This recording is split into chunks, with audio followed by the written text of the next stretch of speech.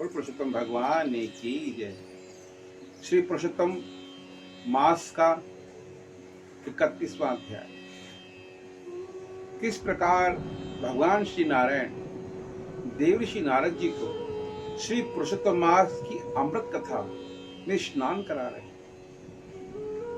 श्री देवर्षि नारद और किस प्रकार नैमिषारण्य तीर्थ के अंदर श्री सूत जी महाराज शौनक आदि ऋषियों को ये महत्तम सुनाए।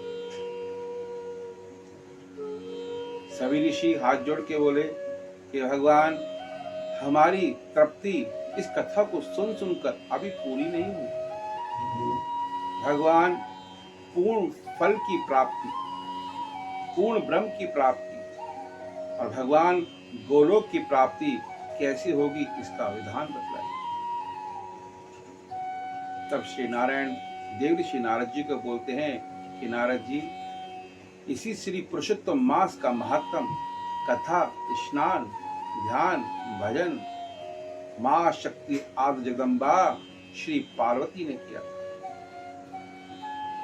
श्री पार्वती ने जब श्री पुरुषोत्तम मास का महत्तम किया और अंतिम समय अमावस्या के दिन भगवान शिव से हाथ जोड़ के प्रार्थना करी कि भोलेनाथ, हे देवों के देव, हे प्रकारदर्शी, भगवान, मैं ऐसा क्या दान करूं कि जिस दान के प्रभाव से मुझे श्री पुरुषोत्तम मास के पूर्ण फल की प्राप्ति हो।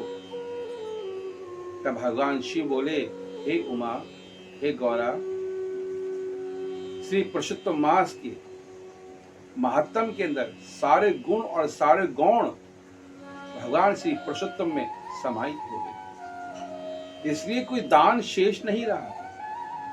श्री पुरुषोत्तम मास में जो भी दान दें वो पहले से भगवान श्री नारायण के अंदर समाहित है। इसलिए ब्रह्मांड ने कहा, इस पृथ्वी के दान का बराबर संसार में कोई दान नहीं है और पृथ्वी के दान के बराबर गौ का दान दिया जाता है। इसलिए गौरा, तुम एक काम करो, पूर्ण ब्रह्म प्राप्त करने के लिए, नारायण की प्राप्ति करने के लिए एक कांसे के पात्र में 33 मालपुए रखकर और भगवान नारायण को गौण संभित मालपुए रखकर भगवान को प्रदान कर। इससे क्या होता है कि पृथ्वी का दान, संसार का दान, संसार के दान के समान तुल्य वो कांसे का पात्र, उसमें मालपुए ब्रह्मांड के दान का फल मिल जाता है। उसमें अन्न, धन, गेहूं, जौ, बाजरा, मूंग, ऋतुफल आदि सबों का दान सम्मानित हो जाता है और भगवान इस नारायण इसको स्वीकार करते हैं।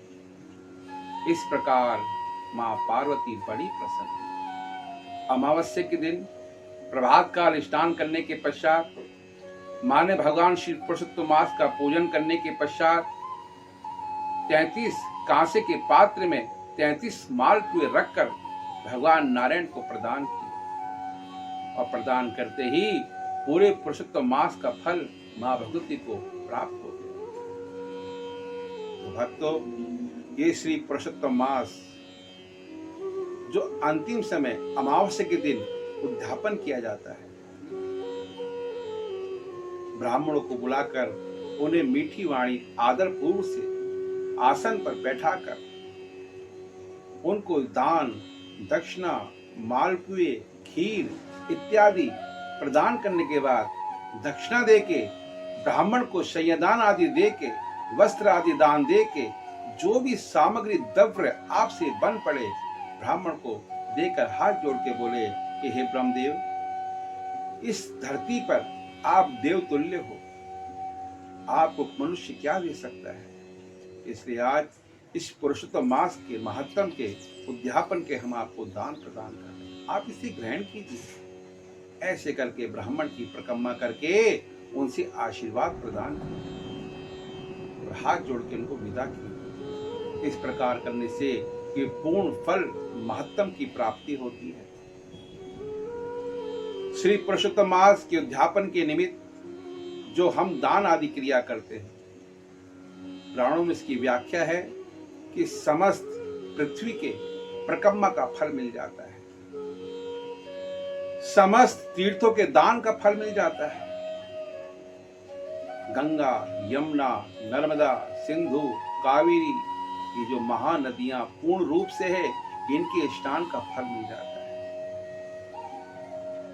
पुरुषोत्तम मास के महात्म से, दान से गोलोक की प्राप्ति होती है।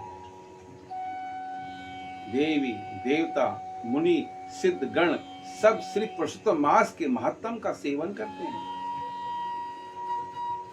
इस श्री पुरुषोत्तम महात्म से जीवन के अंदर इंद्रवन, शत्रुधन, यौवन और राजा भागीरथ भी तर गए थे। इसलिए भक्तों, ये श्री पुरुषोत्तम मास अमावस्या के दिन हमसे जो नहीं बन पड़ा, जो भी श्रद्धा भाव से भगवान को अर्पित करके, ब्राह्मण को दान देके, प्रणाम करके उनका आशीर्वाद कि ये महात्म हमारे लिए धन, धान, संतान, वैभव, लक्ष्मी की प्राप्ति, संसार का सुख मिले और भगवान अंत में इस महात्म से हमारे करोड़ों करोड़ जन्म पाप समूह नष्ट हो जाएं और आपका स्मरण करते हमें गोलोक की प्राप्ति। तो आइए भक्तों, श्रद्धा और भाव से इस श्री पुरुषोत्तम मास को हमने निरंतर अपने प्रयास द्वारा संपूर्ण अध्याय सब आपके सामने वैदिक अनुसार प्रस्तुत किए। तो आज अमावस्या के दिन हम लोग इस महात्म से भगवान पुरुषोत्तम को समर्पण करते हैं कि भगवान, हमने जो ये अध्याय पाठ किए हैं आपको समर्पण करते हैं। हे नारायण, आप इसे स्वीकार करें। मनसा, वाचा और क्रिया, यानी मन द्वारा, हमारी वाणी द्वारा, हमारे शरीर द्वारा कहीं किसी प्रकार से हे नारायण त्रुटि हो तो क्षमा कीजिए। हम अज्ञानी हैं, अवगुण हैं, पापी हैं, आपका सामर्थ्य नहीं पा सकते। बड़े बड़े ऋषि मुनि सिद्ध भगवान आप तक नहीं पहुंच पाते। हे नारायण, हम तो बहुत पीछे खड़े हैं। आपके महात्म से जीव तर जाता है।